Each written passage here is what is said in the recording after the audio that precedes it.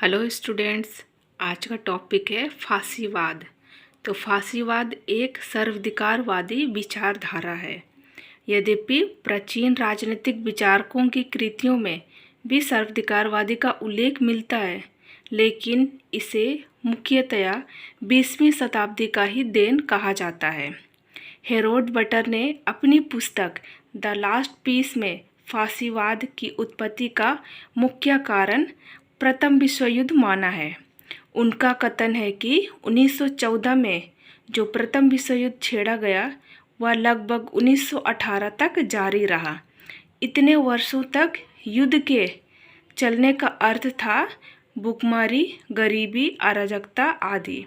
तो पेरिस शांति समझौता 1919 के बाद युद्ध का अंत किया गया और शांति की घोषणा की गई, लेकिन इटली और जर्मनी का आर्थिक, सामाजिक एवं राजनीतिक जीवन अस्त व्यस्त हो गया। अतः इस स्थिति से बचने के लिए एक अस्थायी राजनीतिक व्यवस्था की आवश्यकता थी। इस उद्देश्य हेतु 29 अक्टूबर 1922 ने मुसोलिनी ने इटली में अपनी नई सरकार की स्थापना की। यह सरकार जिस सिद्धांतों के आधार पर शासन करती थी वे आगे चलकर फांसीवाद के नाम से प्रचलित हुआ। आगे है फांसीवाद का अर्थ। फांसीवाद का अंग्रेजी पर्यायवाची फासिज्म इटालियन भाषा के फैसियो शब्द से निकला है, जिसका अर्थ इटालियन भाषा में लकड़ियों का बांधा हुआ बोझ व कुल्हाड़ी होता है। तो प्राचीन काल में रोम का राज्य चिन्ह फैसियो ही था, जिसमें लकड़ियों का बंधा हुआ बोझ राष्ट्रीय एकता की और कुल्हाड़ी का घोतक मानी जाती थी।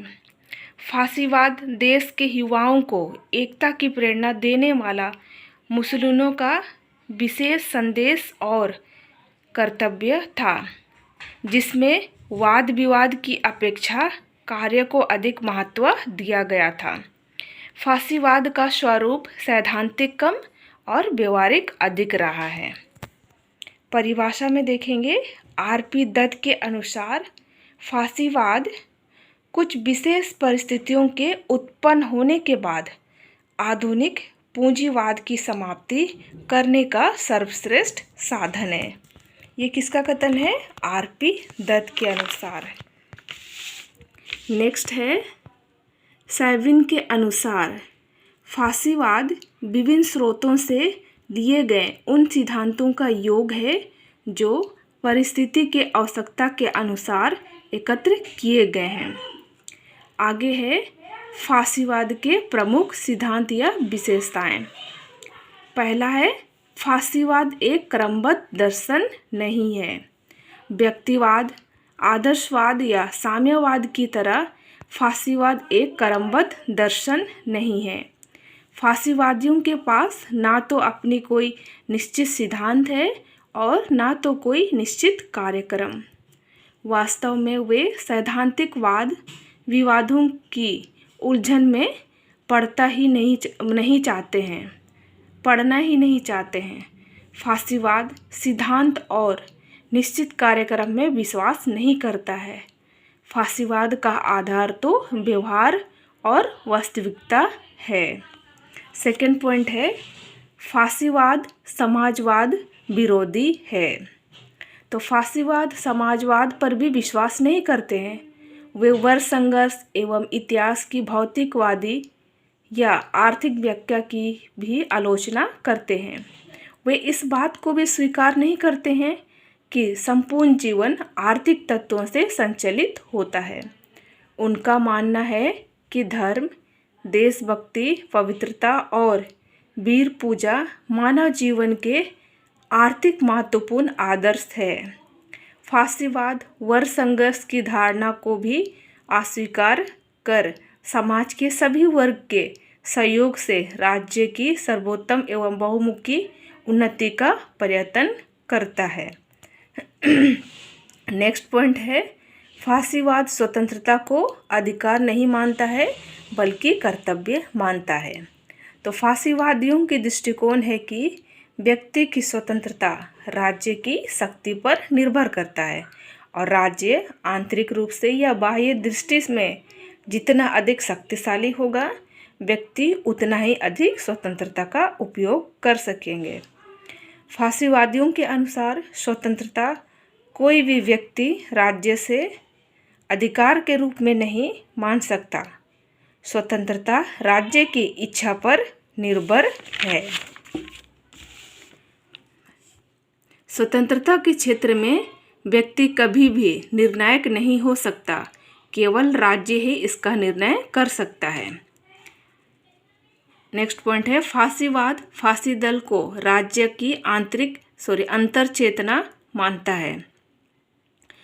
सर्वसत्तावादी धारणा होने के कारण फांसीवाद स्वाभाविक रूप से एक ही राजनीतिक दल के आधिपत्य में विश्वास करता है।